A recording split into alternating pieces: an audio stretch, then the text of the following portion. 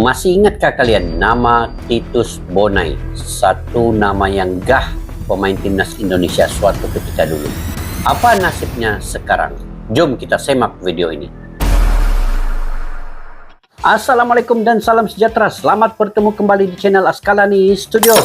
Pada kalian yang sudah bertandang ke channel ini, saya mengucapkan ribuan terima kasih dan mengucapkan selamat bergabung guys ke dalam channel yang kecil ini. Dan juga saya mendoakan kalian semoga sentiasa dimurahkan rezeki, diberikan kesehatan, dan juga sentiasa sukses kalian dalam apa jua bidang yang kalian usahakan guys. Sentiasa kalian dilindungi dan dirahmati oleh Allah Subhanahu wa taala, dan keluarga kalian dalam keadaan yang aman dan sejahtera. Oke guys, pada hari ini apa yang kita ingin lihat terkait dengan nama pemain timnas Indonesia suatu ketika dahulu yang gah diperkatakan. Saya ingat lagi pada tahun 2010 waktu Piala AFF, perlawanan di antara Malaysia dan timnas Indonesia. Begitu gerun sekali dengan nama ini. Nah, sekiranya dia ada bermain untuk timnas Indonesia, nama Titus Bonai, maka penyokong dan supporter Malaysia amat gerun dan takut dengan sosok tubuh ini sebenarnya. Waktu ketika dahulu saya pun teringat juga Titus Bonai ini dengan gandingannya dahulu, yaitu Eli Aiboy. Eli Aiboy pernah bermain di Malaysia di pasukan Selangor, tapi Titus Bonai saya kurang pasti dia bermain di liga mana dahulu. Tapi Malaysia ada buat tawaran untuk Titus Bonai ini bermain di Malaysia. Saya tidak ingat dia ada main di Malaysia atau tidak. Mungkin dia main di Myanmar ataupun di Thailand lah, di klub-klub di Thailand selepas namanya begitu gah bermain dengan timnas Indonesia pada tahun 2010 itu. Jadi jom kita lihat apakah nasibnya sekarang ini. Apakah kini Titus Bonai karirnya bagaimana? Saat ini di manakah klubnya bermain, dan ataupun apakah kesudahan kehidupannya? Jom kita semak video ini guys. Di mana? Di channel Remedial Script. Pada yang baru ketemu channel ini, bolehlah subscribe, like, share, dan komen. Dengan judulnya guys ialah Dulu Dipuja-puji Setinggi Langit. Lihat nasib Titus Bonai sekarang, bikin shock. Oh, saya pun ingin melihat apa nasibnya ketika ini dan saat ini. Jom kita sama-sama guys lihat.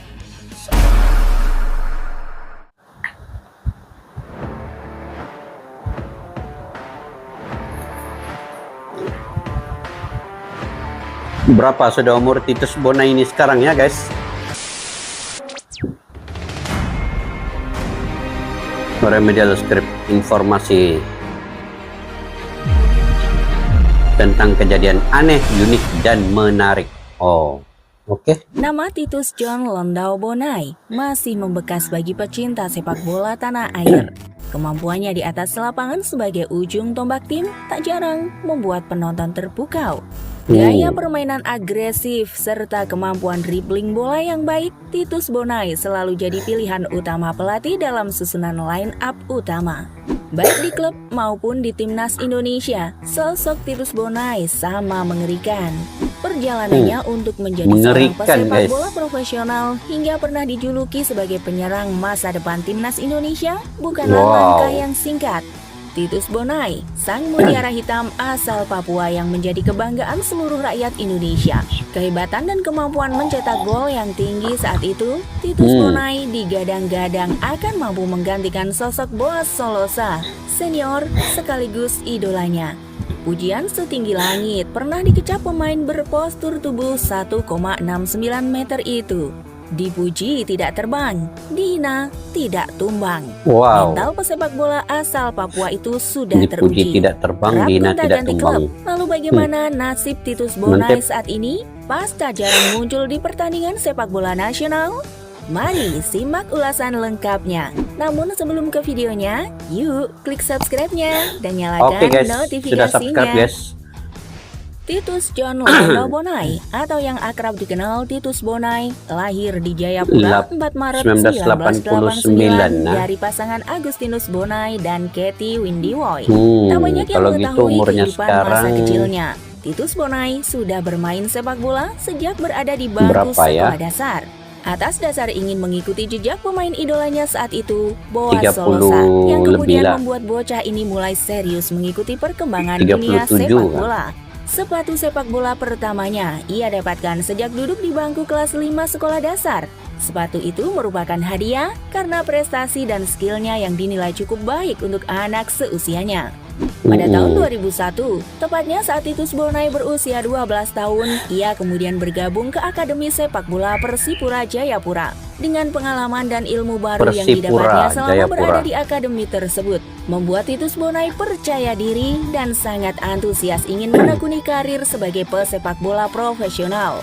Pada tahun 2006 hingga 2008, Titus Bonai untuk pertama kalinya merasakan atmosfer pertandingan sepak bola sesungguhnya saat masuk ke skuad tim PON Papua. Kemudian pada tahun 2008 dengan ilmu sepak bola yang sudah ia miliki, Titus Bonai mencoba keluar dari Papua dan mencoba peruntungan ke tim lain di luar Papua. Ia bergabung dengan PKT Bontang di usia 19 tahun.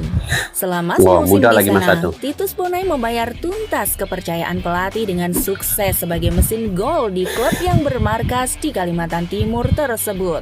Setahun kemudian, tepatnya tahun 2009, Titus Bonai kembali ke kampung halamannya. Tim yang saat itu meminati jasanya adalah Persiram Raja Ampat yang berlaga di divisi utama Liga Indonesia. Meski masih sangat muda, Titus Bonai berhasil mencatatkan 17 gol dari 25 penampilannya untuk tim berkostum biru hitam tersebut.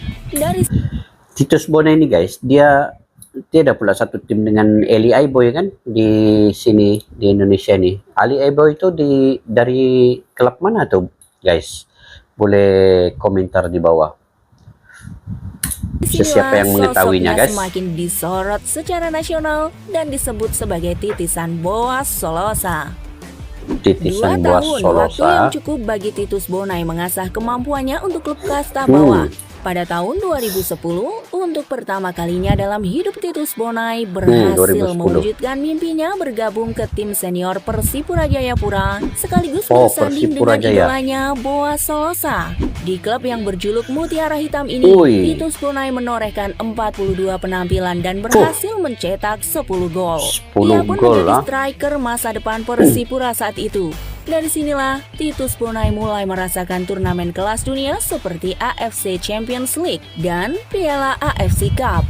Memang pada saat itu Persipura Jayapura satu-satunya tim asal Indonesia yang sangat konsisten tampil di ajang internasional.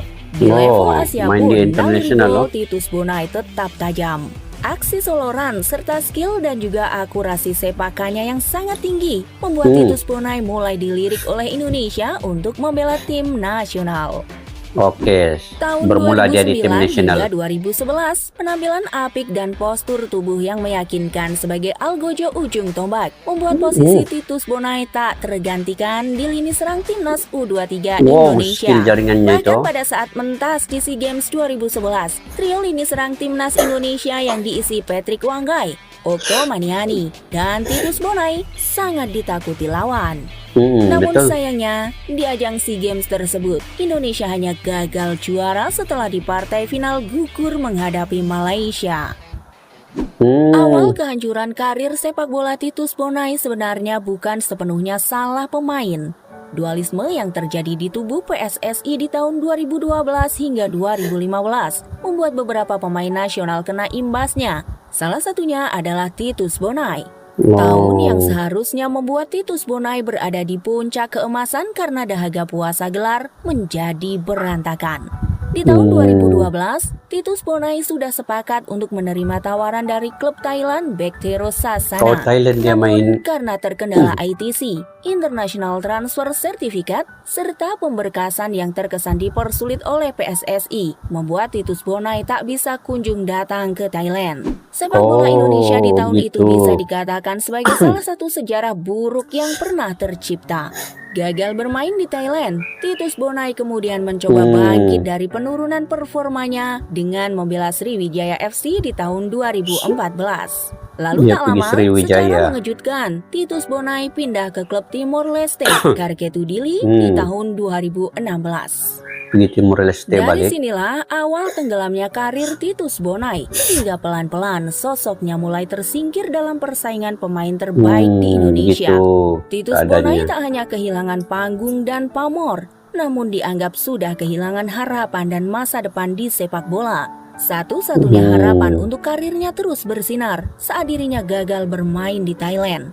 Kesempatan emas bagi itu Titus Bonai puncanya, setim guys. dengan Chanatip Songkrasin, bintang sepak bola Thailand, yang dulu keduanya disejajarkan sebagai pesepak bola terbaik ASEAN, namun sekarang keduanya tidak bisa disandingkan. Pasalnya, Chanatip Songkrasin saat ini berstatus pemain dari Liga Utama Jepang, Kawasaki Frontale. di Jepang. Sedangkan Titus Bonai saat ini berstatus tanpa tim dan bermain di Liga Tarkam. Waduh. Usia Titus Bonai saat ini 33 tahun, Di usia Liga yang pada Tarkam. umumnya 33 bagi tahun. pesepak bola memutuskan untuk gantung sepatu.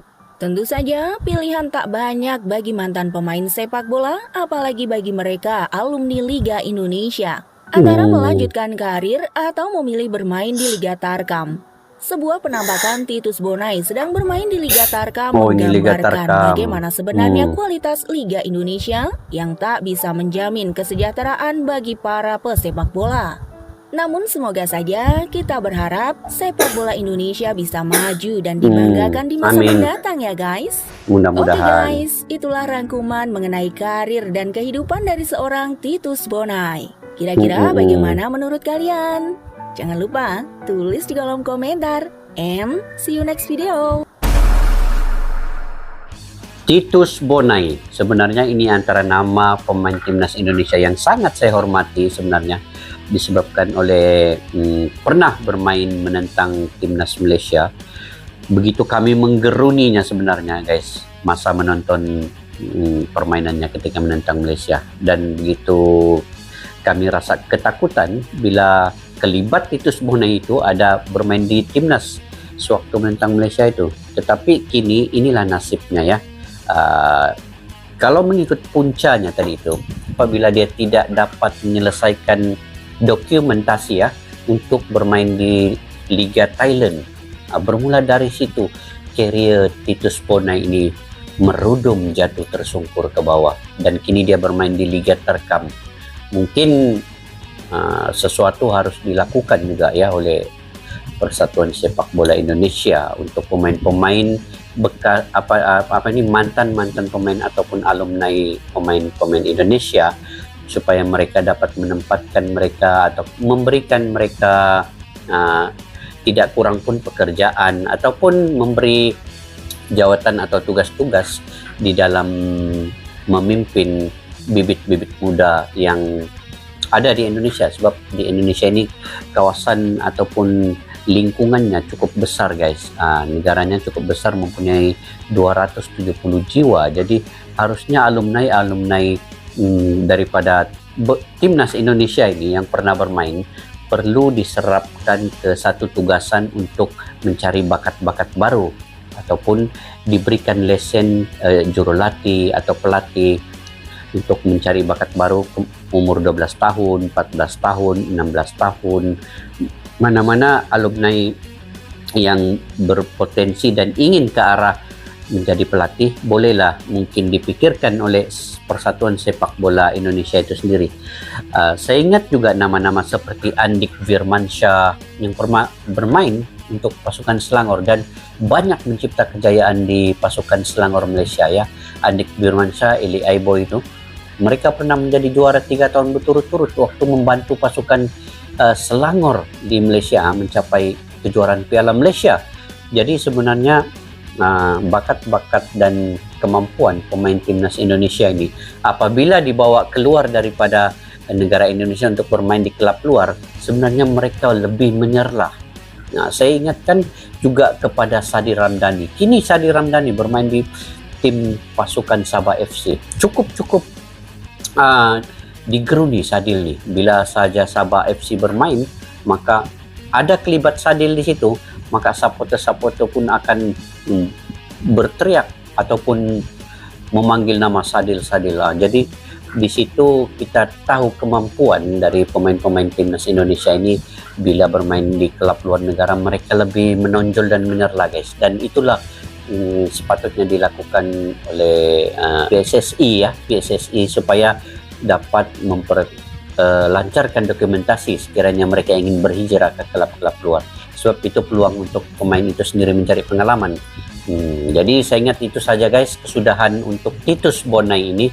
Kita doakan supaya Titus Bonai ini dapat menjalani kehidupannya dengan lebih baik lagi dan mempunyai pekerjaan ataupun dapat membawa bakat-bakat baru ke timnas Indonesia untuk dididiknya walaupun dia di Liga Tarkam ini sekarang. Jadi semoga beliau sukses dalam apa jua yang beliau usahakan. Oke guys, sampai kita berjumpa lagi di video yang akan datang. Sekiranya kalian juga punya pendapat dan pandangan sendiri, bolehlah komentar di ruang kolom di bawah guys. Salam silaturahmi, majulah sukan untuk negara. Assalamualaikum, bye-bye.